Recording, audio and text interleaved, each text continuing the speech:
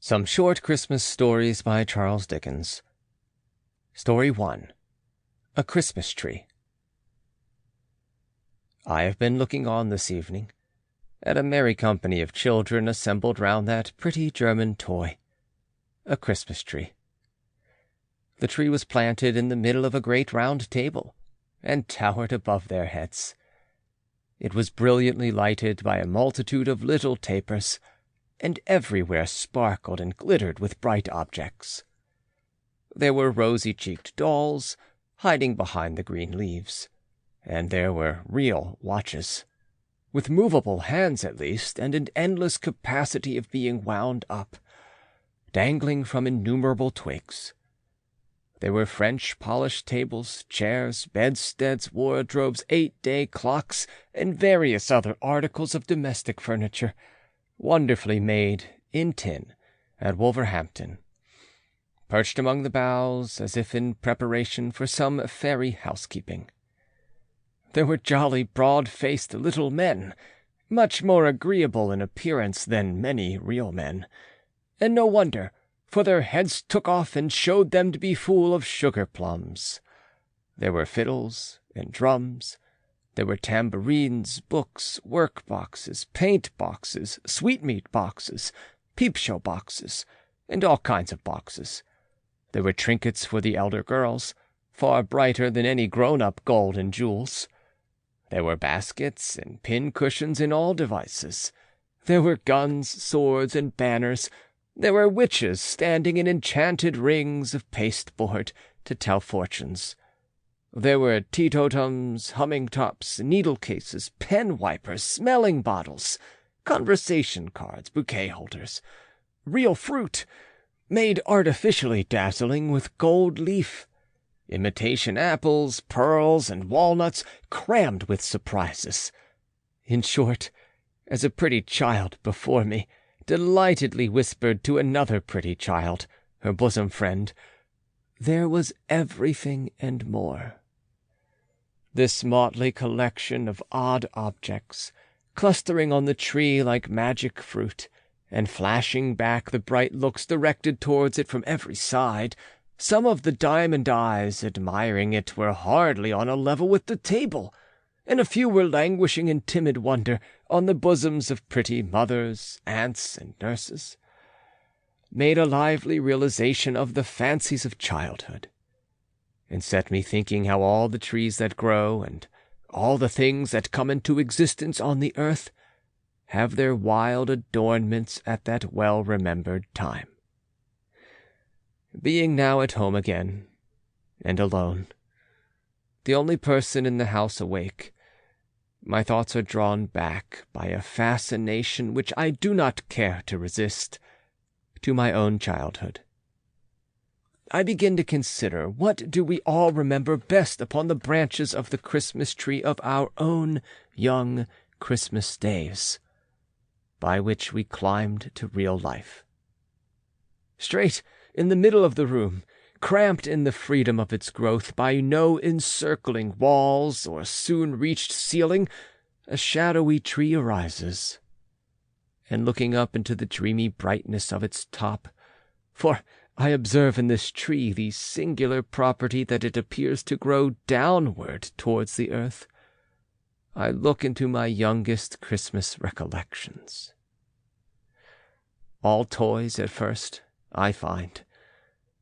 Up yonder, among the green holly and red berries, is the tumbler with his hands in his pockets, who wouldn't lie down, but, whenever he was put upon the floor, persisted in rolling his fat body about, until he rolled himself still, and brought those lobster eyes of his to bear upon me, when I affected to laugh very much, but in my heart of hearts was extremely doubtful of him. Close beside him is that infernal snuff-box, out of which there sprang a demoniacal counselor in a black gown with an obnoxious head of hair and a red cloth mouth, wide open, who was not to be endured on any terms, but could not be put away either. For he used suddenly, in a highly magnified state, to fly out of mammoth snuff-boxes in dreams, when least expected. nor is the frog with cobbler's wax on his tail far off, for there was no knowing where he wouldn't jump, and when he flew over the candle and came upon one's hand with that spotted back, red on a green ground, he was horrible. The cardboard lady in a blue silk skirt, who was stood up against the candlestick to dance, and whom I see on the same branch, was milder and was beautiful. But I can't say as much for the larger cardboard man, who used to be hung against the wall and pulled by a string. There was a sinister expression in that nose of his, and when he got his legs round his neck, which he very often did, he was ghastly, and not a creature to be alone with. When did that dreadful mask first look at me? Who put it on, and why was I so frightened that the sight of it is an era in my life? It is not a hideous visage in itself. It is even meant to be droll. Why then were its stolid features so intolerable? Surely not because it hid the wearer's face. An apron would have done as much, and though I should have preferred even the apron away, it would not have been absolutely insupportable, like the mask. Was it the immovability of the mask? The doll's face was immovable, but I was not afraid of her. Perhaps that fixed and set change coming over a real face infused into my quickened heart some remote suggestion and dread of the universal change that is to come on every face, and make it still. Nothing reconciled me to it. No drummers from whom proceeded a melancholy chirping on the turning of a handle, no regiment of soldiers with a mute band taken out of a box and fitted one by one upon a stiff and lazy little set of lazy tongs.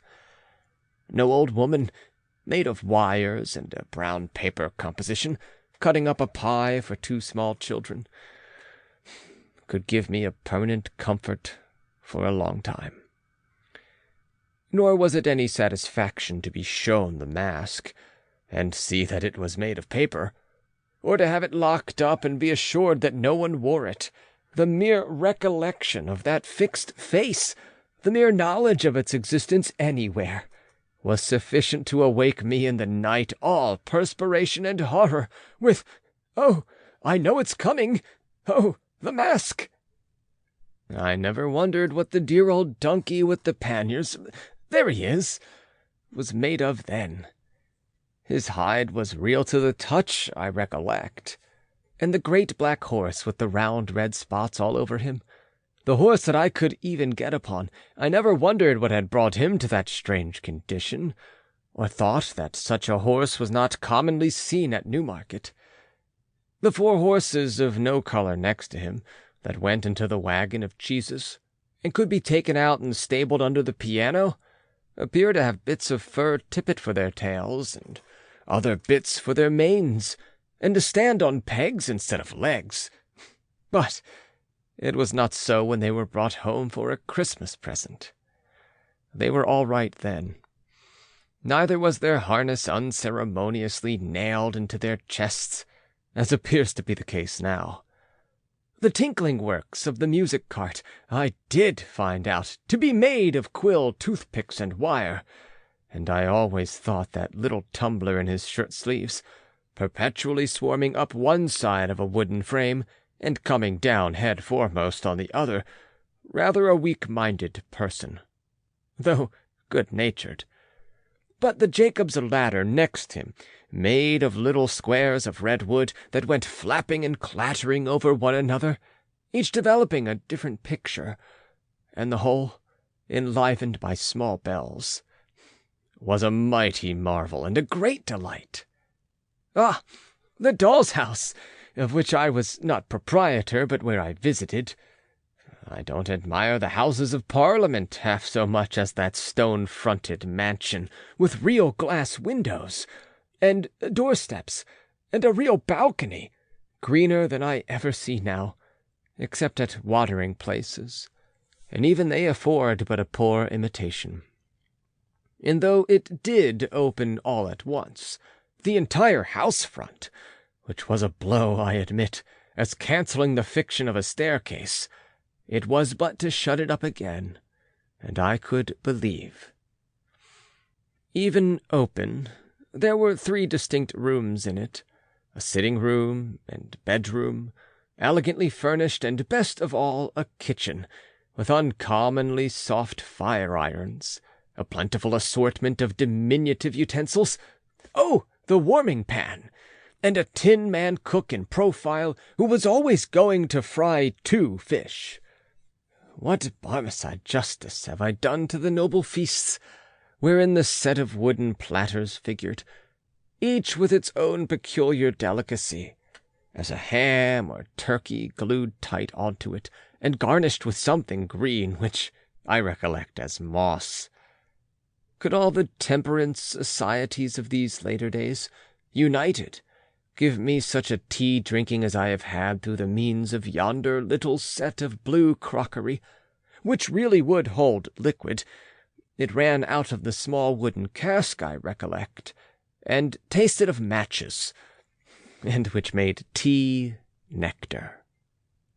And if the 2 legs of the ineffectual little sugar-tongs did tumble over one another, and want purpose like Punch's hands, what does it matter?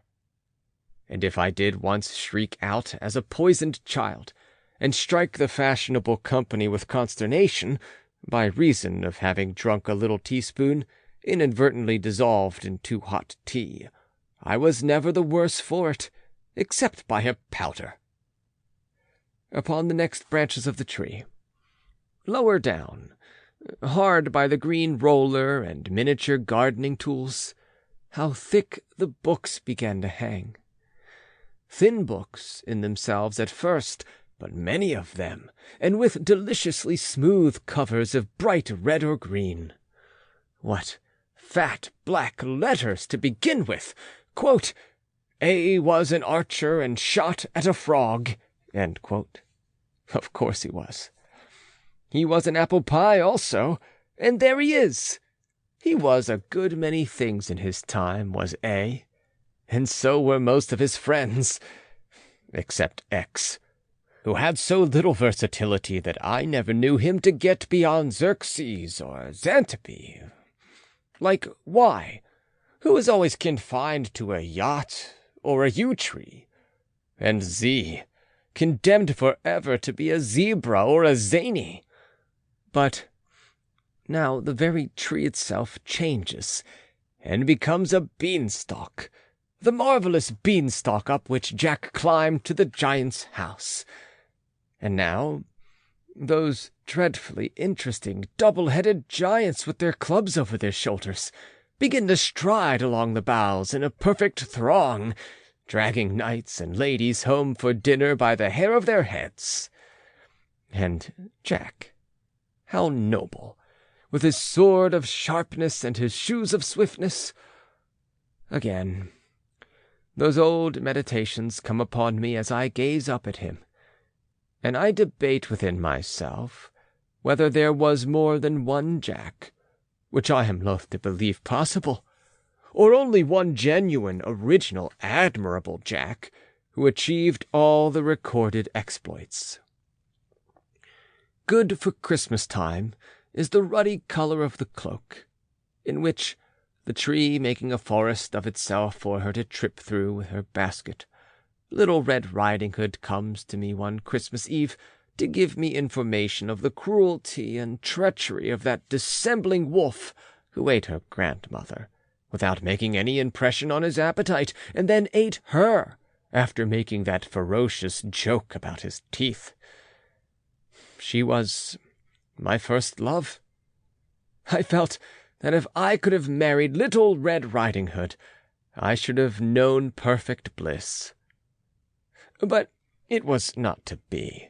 There was nothing for it but to look out the wolf in the Noah's Ark there, and put him late in the procession on the table as a monster who was to be degraded. Oh, the wonderful Noah's Ark! It was not found seaworthy when put in a washing-tub, and the animals were crammed in at the roof, and needed to have their legs well shaken down before they could be got in. Even there, and then, 10-1, but they began to tumble out the door, which was but imperfectly fastened with a wire latch. But what was that against it? Consider the noble fly, a size or two smaller than the elephant, the ladybird, the butterfly, all triumphs of art. Consider the goose, whose feet were so small, and whose balance was so indifferent, that he usually tumbled forward and knocked down all the animal creation. Consider Noah and his family, like idiotic tobacco stoppers, and how the leopard stuck to warm little fingers, and how the tails of the larger animals used gradually to resolve themselves into frayed bits of string. Hush! Again a forest, and somebody up in a tree. Not Robin Hood, not Valentine, not the Yellow Dwarf. I have passed him, and all Mother Bunch's wonders without mention, but an Eastern king with a glittering scimitar and turban. By Allah, 2 Eastern kings, for I see another looking over his shoulder.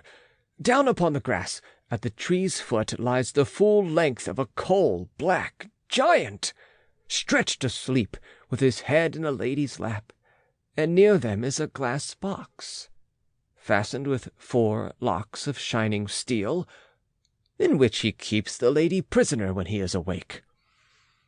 I see the 4 keys at his girdle now.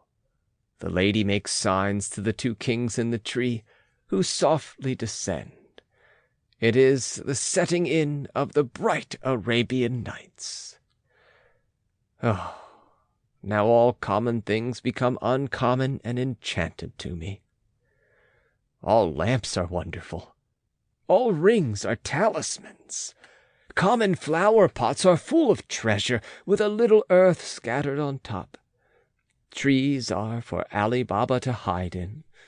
Beefsteaks are to throw down into the valley of diamonds, that the precious stones may stick to them and be carried by the eagles to their nests, whence the traders with loud cries will scare them. Tarts are made according to the recipe of the vizier's son of Bassorah, who turned pastry cook after he was set down in his drawers at the gate of Damascus. Cobblers are all Mustafas, and in the habit of sewing up people cut into 4 pieces to whom they are taken blindfold. Any iron ring, let into stone, is the entrance to a cave which only waits for the magician and the little fire and the necromancy that will make the earth shake. All the dates imported come from the same tree as that unlucky date, with whose shell the merchant knocked out the eye of the genie's invisible son. All olives are of the stock of that fresh fruit, concerning which the commander of the faithful overheard the boy conduct the fictitious trial of the fraudulent olive merchant. All apples are akin to the apple purchased with 2 others from the Sultan's gardener for 3 sequins, and which the tall black slave stole from the child. All dogs are associated with the dog, really a transformed man who jumped upon the baker's counter and put his paw on the piece of bad money. All rice recalls the rice which the awful lady, who was a ghoul, could only peck by grains because of her nightly feasts in the burial place. My very rocking horse, there he is, with his nostrils turned completely inside out, indicative of blood, should have a peg in his neck, by virtue thereof to fly away with me, as the wooden horse did with the Prince of Persia, in the sight of all his father's court. Yes, on every object that I recognize among those upper branches of my Christmas tree, I see this very light. When I wake in bed at daybreak on the cold, dark winter mornings, the white snow dimly beheld outside, through the frost on the window-pane. I hear Dinardzada. Sister, sister, if you are yet awake, I pray you finish the history of the young king of the Black Islands. Scheherazade replies, if my lord the Sultan will suffer me to live another day, sister, I will not only finish that, but tell you a more wonderful story yet. Then the gracious Sultan goes out, giving no orders for the execution, and we all three breathe again. At this height of my tree I begin to see, cowering among the leaves, it may be born of turkey, or of pudding, or mince pie, or of these many fancies, jumbled with Robinson Crusoe on his desert island, Philip Quarrel among the monkeys, Sandford and Merton with Mr. Barlow, Mother Bunch and the Mask, or it may be the result of indigestion, assisted by imagination and over-doctoring, a prodigious nightmare. It is so exceedingly indistinct that I don't know why it's frightful, but I know it is. I can only make out that it is an immense array of shapeless things, which appear to be planted in a vast exaggeration of the lazy tongs that used to bear the toy soldiers, and to be slowly coming close to my eyes, and receding to an immeasurable distance. When it comes closest, it is worse. In connection with it I descry remembrances of winter nights incredibly long, of being sent early to bed, as a punishment for some small offense, and waking in 2 hours with a sensation of having been asleep 2 nights, of the laden hopelessness of morning ever dawning, and the oppression of a weight of remorse. And now I see a wonderful row of little lights rise smoothly out of the ground, before a vast green curtain.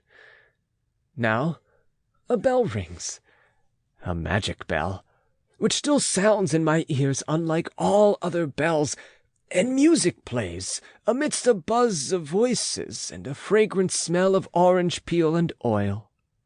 Anon, the magic bell commands the music to cease, and the great green curtain rolls itself up majestically, and the play begins.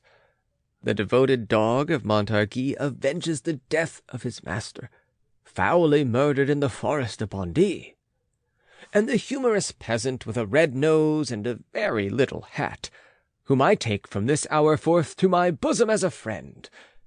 I think he was a waiter or an hostler at a village inn, but many years have passed since he and I have met, remarks that the sagacity of that dog is indeed surprising, and evermore this jocular conceit will live in my remembrance, fresh and unfading, overtopping all possible jokes, unto the end of time. Or now I learn with bitter tears how poor Jane Shore, dressed all in white, and with her brown hair hanging down, went starving through the streets. Or how George Barnwell killed the worthiest uncle that ever man had, and was afterwards so sorry for it that he ought to have been let off. Comes swift to comfort me the pantomime, stupendous phenomenon, when clowns are shot from loaded mortars into the great chandelier, bright constellation that it is, when harlequins, covered all over with scales of pure gold, twist and sparkle like amazing fish, when Pantaloon, whom I deem it no irreverence to compare in my own mind to my grandfather, puts red-hot pokers in his pocket, and cries, "Here's somebody coming," or taxes the clown with petty larceny by saying, "Now I saw you do it," when everything is capable, with the greatest of ease, of being changed into anything, and nothing is, but thinking makes it so.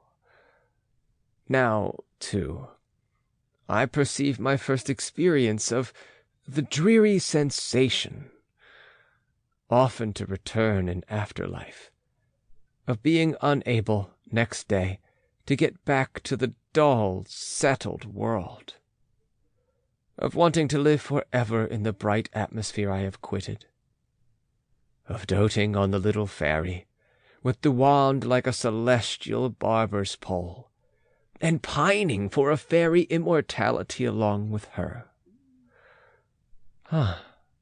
She comes back, in many shapes, as my eye wanders down the branches of my Christmas tree, and goes as often and has never yet stayed by me.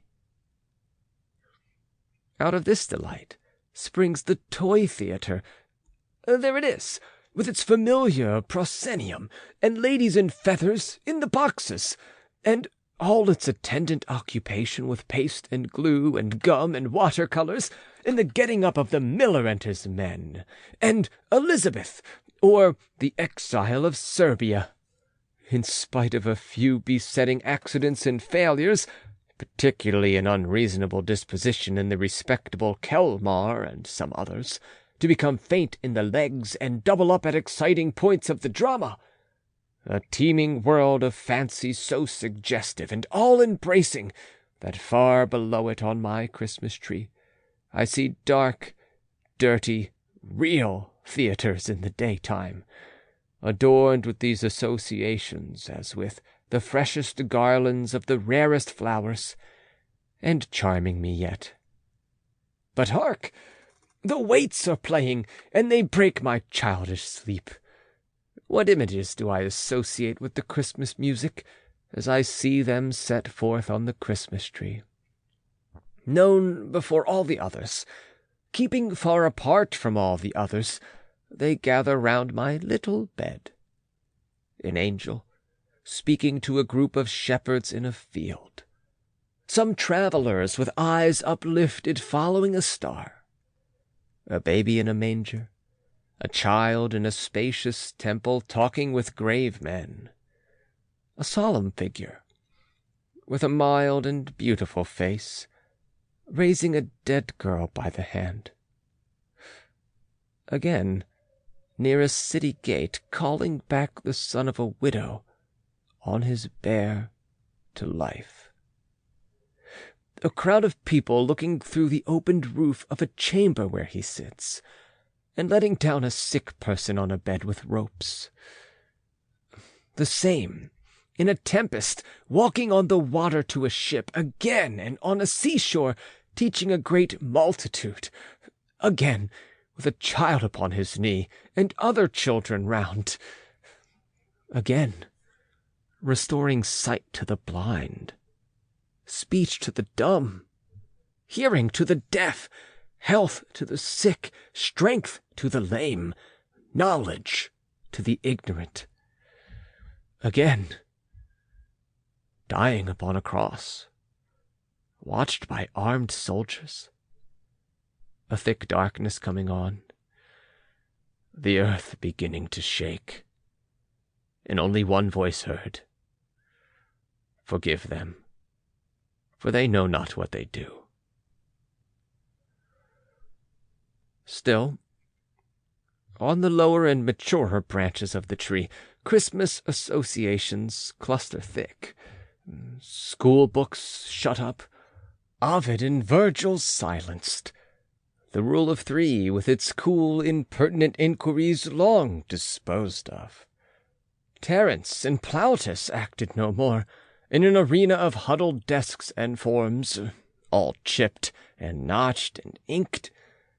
Cricket bats, stumps, and balls, left higher up with the smell of trodden grass, and the softened noise of shouts in the evening air. The tree is still fresh, still gay. If I no more come home at Christmas time, there will be boys and girls, thank heaven, while the world lasts. And they do. Yonder they dance and play upon the branches of my tree. God bless them, merrily, and my heart dances and plays too. and I do come home at Christmas. We all do, or we all should. We all come home, or ought to come home, for a short holiday, the longer the better, from the great boarding school where we are forever working at our arithmetical slates to take and give a rest. As to going a-visiting, where can we not go, if we will? Where have we not been, when we would, starting our fancy from our Christmas tree? Away into the winter prospect. There are many such upon the tree. On, by low-lying, misty grounds, through fens and fogs, up long hills, winding dark as caverns between thick plantations, almost shutting out the sparkling stars. So, out on broad heights, until we stop at last with sudden silence, at an avenue. The gate bell has a deep, half-awful sound in the frosty air. The gate swings open on its hinges, and as we drive up to a great house, the glancing lights grow larger in the windows, and the opposing rows of trees seem to fall solemnly back on either side, to give us place. At intervals, all day, a frightened hare has shot across this whitened turf, or the distant clatter of a herd of deer trampling the hard frost has, for the minute, crushed the silence too. Their watchful eyes beneath the fern may be shining now, if we could see them, like the icy dewdrops on the leaves, but they are still, and all is still. And so the lights grow larger, and the trees falling back before us, and closing up again behind us as if to forbid retreat, we come to the house. There is probably a smell of roasted chestnuts and other good comfortable things all the time, for we are telling winter stories, ghost stories, or more shame for us, round the Christmas fire, and we have never stirred except to draw a little nearer to it. But no matter for that. We came to the house, and it is an old house, full of great chimneys where wood is burnt on ancient dogs upon the hearth, and grim portraits, some of them with grim legends too, lower distrustfully from the oaken panels of the walls. We are a middle-aged nobleman, and we make a generous supper with our host and hostess and their guests, it being Christmas time and the old house full of company, and then we go to bed. Our room is a very old room. It is hung with tapestry. We don't like the portrait of a cavalier in green over the fireplace. There are great black beams in the ceiling, and there is a great black bedstead, supported at the foot by two great black figures, who seem to have come off a couple of tombs in the old baronial church in the park, for our particular accommodation. But we are not a superstitious nobleman, and we don't mind. Well, we dismiss our servant, lock the door, and sit before the fire in our dressing-gown, musing about a great many things. At length we go to bed. Well, we can't sleep. We toss and tumble and can't sleep. The embers on the hearth burn fitfully and make the room look ghostly. We can't help peeping out over the counterpane at the two black figures and the cavalier, that wicked-looking cavalier in green. In the flickering light they seem to advance and retire, which, though we are not by any means a superstitious nobleman, is not agreeable. Well, we get nervous, more and more nervous. We say, "This is very foolish, but we can't stand this. We'll pretend to be ill and knock up somebody." Well, we are just going to do it when the locked door opens, and there comes in a young woman, deadly pale and with long fair hair, who glides to the fire and sits down in the chair we have left there, wringing her hands. Then we notice that her clothes are wet. Our tongue cleaves to the roof of our mouth, and we can't speak. But we observe her accurately. Her clothes are wet. Her long hair is dabbled with moist mud. She is dressed in the fashion of 200 years ago. And she has at her girdle a bunch of rusty keys. Well, there she sits, and we can't even faint. We are in such a state about it. Presently she gets up and tries all the locks in the room with the rusty keys, which won't fit one of them. Then she fixes her eyes on the portrait of the Cavalier in green and says in a low, terrible voice, "The stags know it." After that, she wrings her hands again, passes the bedside, and goes out at the door. We hurry on our dressing-gown, seize our pistols — we always travel with pistols — and are following when we find the door locked. We turn the key, look out into the dark gallery. No one there. We wander away and try to find our servant. Can't be done. We pace the gallery till daybreak, then return to our deserted room, fall asleep, and are awakened by our servant.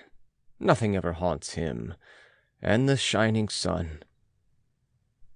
Well, we make a wretched breakfast, and all the company say we look queer. After breakfast we go over the house with our host, and then we take him to the portrait of the Cavalier in green, and then it all comes out. He was false to a young housekeeper once attached to that family, and famous for her beauty, who drowned herself in a pond and whose body was discovered after a long time, because the stags refused to drink of the water.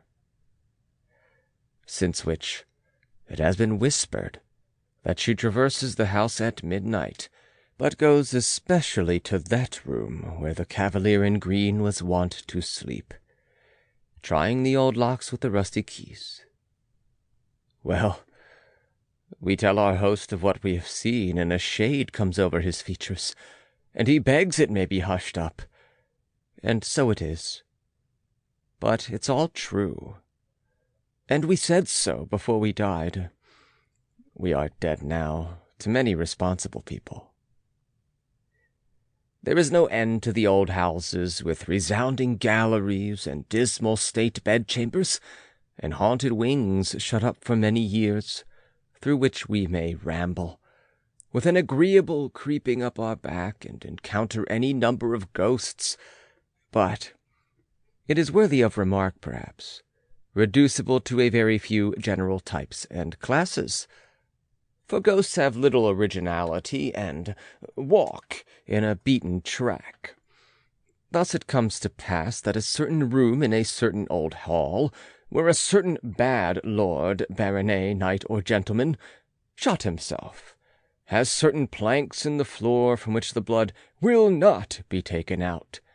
You may scrape and scrape, as the present owner has done, or plane and plane, as his father did, or scrub and scrub, as his grandfather did, or burn and burn with strong acids, as his great-grandfather did, but there the blood will still be, no redder and no paler, no more and no less, always just the same. Thus, in such another house there is a haunted door that never will keep open, or another door that never will keep shut, or a haunted sound of a spinning wheel, or a hammer, or a footstep, or a cry, or a sigh, or a horse's tramp, or the rattling of a chain. Or else there is a turret clock, which at the midnight hour strikes 13 when the head of the family is going to die, or a shadowy, immovable black carriage, which at such a time is always seen by somebody, waiting near the great gates in the stable-yard. Or thus it came to pass how Lady Mary went to pay a visit at a large wild house in the Scottish Highlands, and being fatigued with her long journey, retired to bed early, and innocently said next morning at the breakfast table, "How odd to have so late a party last night in this remote place, and not to tell me of it before I went to bed." Then everyone asked Lady Mary what she meant. Then Lady Mary replied, "Why, all night long the carriages were driving round and round the terrace underneath my window." Then the owner of the house turned pale, and so did his lady, and Charles Macdoodle of Macdoodle signed to Lady Mary to say no more, and everyone was silent. After breakfast, Charles Macdoodle told Lady Mary that it was a tradition in the family that those rumbling carriages on the terrace betokened death. And so it proved, for 2 months afterwards, the lady of the mansion died. And Lady Mary, who was a maid of honor at court, often told this story to the old Queen Charlotte, by this token that the old king always said, "Hey, hey, what, ghosts, ghosts, no such thing, no such thing," and never left off saying so until he went to bed. Or a friend of somebody's, whom most of us know, when he was a young man at college, had a particular friend with whom he made the compact that, if it were possible for the spirit to return to this earth after its separation from the body, he of the twain who first died should reappear to the other. In course of time this compact was forgotten by our friend, the two young men having progressed in life, and taken diverging paths that were wide asunder. But one night, many years afterwards, our friend being in the north of England and staying for the night in an inn on the Yorkshire moors, happened to look out of bed, and there, in the moonlight, leaning on a bureau near the window, steadfastly regarding him, saw his old college friend. The appearance being solemnly addressed, replied in a kind of whisper, but very audibly, "Do not come near me. I am dead. I am here to redeem my promise. I come from another world, but may not disclose its secrets." Then, the whole form becoming paler, melted as it were into the moonlight, and faded away. Or there was the daughter of the first occupier of the picturesque Elizabethan house, so famous in our neighborhood. You have heard about her? No, why, she went out one summer evening at twilight when she was a beautiful girl, just 17 years of age, to gather flowers in the garden, and presently came running, terrified, into the hall to her father, saying, "Oh, dear father, I have met myself." He took her in his arms and told her it was a fancy. But she said, "Oh, no, I met myself in the broad walk, and I was pale and gathering withered flowers, and I turned my head and held them up." And that night she died. And a picture of her story was begun, though never finished, and they say it is somewhere in the house to this day, with its face to the wall. Or the uncle of my brother's wife was riding home on horseback one mellow evening at sunset, when in a green lane close to his own house he saw a man standing before him in the very centre of a narrow way. "Why does that man in the cloak stand there?" he thought. "Does he want me to ride over him?" But the figure never moved. He felt a strange sensation at seeing it so still, but slackened his trot and rode forward. When he was so close to it as almost to touch it with his stirrup, his horse shied, and the figure glided up the bank in a curious, unearthly manner, backward, and without seeming to use its feet, and was gone. The uncle of my brother's wife exclaiming, "Good heaven, it's my cousin Harry from Bombay!" put spurs to his horse, which was suddenly in a profuse sweat, and wondering at such strange behavior, dashed round to the front of his house. There he saw the same figure, just passing in at the long French window of the drawing-room, opening on the ground. He threw his bridle to a servant and hastened in after it. His sister was sitting there alone. "Alice, where's my cousin Harry?" "Your cousin Harry, John?" "Yes, from Bombay. I met him in the lane just now, and saw him enter here this instant." Not a creature had been seen by anyone, and in that hour and minute, as it afterwards appeared, this cousin died in India. Or it was a certain sensible old maiden lady who died at 99 and retained her faculties to the last, who really did see the orphan boy, a story which has often been incorrectly told, but of which the real truth is this, because it is, in fact, a story belonging to our family, and she was a connection of our family. When she was about 40 years of age, and still an uncommonly fine woman, her lover died young, which was the reason why she never married, though she had many offers.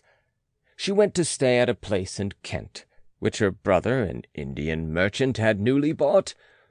There was a story that this place had once been held in trust by the guardian of a young boy, who was himself the next heir, and who killed the young boy by harsh and cruel treatment. She knew nothing of that. It has been said that there was a cage in her bedroom in which the guardian used to put the boy. There was no such thing, there was only a closet. She went to bed, made no alarm whatever in the night, and in the morning said composedly to her maid when she came in, "Who is the pretty forlorn-looking child who has been peeping out of that closet all night?" The maid replied by giving a loud scream and instantly decamping. She was surprised, but she was a woman of remarkable strength of mind, and she dressed herself and went downstairs and closeted herself with her brother. "Now, Walter," she said, "I have been disturbed all night by a pretty forlorn-looking boy, who has been constantly peeping out of that closet in my room, which I can't open. This is some trick." "I am afraid not, Charlotte," said he, "for it is the legend of the house. It is the orphan boy. What did he do?" "He opened the door softly," said she, "and peeped out. Sometimes he came a step or two into the room. Then I called to him to encourage him, and he shrunk and shuddered and crept in again and shut the door." "The closet has no communication, Charlotte," said her brother, "with any part of the house, and it's nailed up." This was undeniably true, and it took 2 carpenters a whole forenoon to get it open for examination. Then she was satisfied that she had seen the orphan boy. But the wild and terrible part of the story is that he was also seen by 3 of her brother's sons in succession, who all died young. On the occasion of each child being taken ill, he came home in a heat 12 hours before and said, "Oh, mamma, he had been playing under a particular oak tree in a certain meadow with a strange boy, a pretty forlorn-looking boy, who was very timid and made signs." From fatal experience, the parents came to know that this was the orphan boy, and that the course of that child whom he chose for his little playmate was surely ruin. Legion is the name of the German castles, where we sit up alone to wait for the spectre, where we are shown into a room made comparatively cheerful for our reception, where we glance round at the shadows thrown on the blank walls by the crackling fire, where we feel very lonely when the village innkeeper and his pretty daughter have retired, after laying down a fresh store of wood upon the hearth, and setting forth on the small table such supper cheer as a cold roast capon, bread, grapes, and a flask of old Rhine wine, where the reverberating doors close on their retreat, one after another, like so many peals of sullen thunder, and where, About the small hours of the night we come into the knowledge of diverse supernatural mysteries. Legion is the name of the haunted German students, in whose society we draw yet nearer to the fire, while the schoolboy in the corner opens his eyes wide and round, and flies off the footstool he has chosen for his seat when the door accidentally blows open. Vast is the crop of such fruit, shining on our Christmas tree, in blossom almost at the very top, ripening all down the boughs. Among the later toys and fancies hanging there, as idle often and less pure, be the images once associated with the sweet old waits, the softened music in the night, ever unalterable. Encircled by the social thoughts of Christmas time, still let the benignant figure of my childhood stand unchanged. In every cheerful image and suggestion that the season brings, may the bright star that rested above the poor roof be the star of all the Christian world. A moment's pause. Oh, vanishing tree, of which the lower boughs are dark to me as yet, and let me look once more. I know there are blank spaces on thy branches, where eyes that I have loved have shone and smiled, from which they are departed. But far above I see the razor of the dead girl, and the widow's son, and God is good. If age be hiding for me in the unseen portion of thy downward growth, oh, may I, with a grey head, turn a child's heart to that figure yet, and a child's trustfulness and confidence. Now the tree is decorated with a bright merriment and song, and dance, and cheerfulness, and they are welcome. Innocent and welcome be they ever held, beneath the branches of the Christmas tree, which casts no gloomy shadow. But as it sinks into the ground, I hear a whisper going through the leaves. This, in commemoration of the law of love and kindness, mercy and compassion. This, in remembrance of me.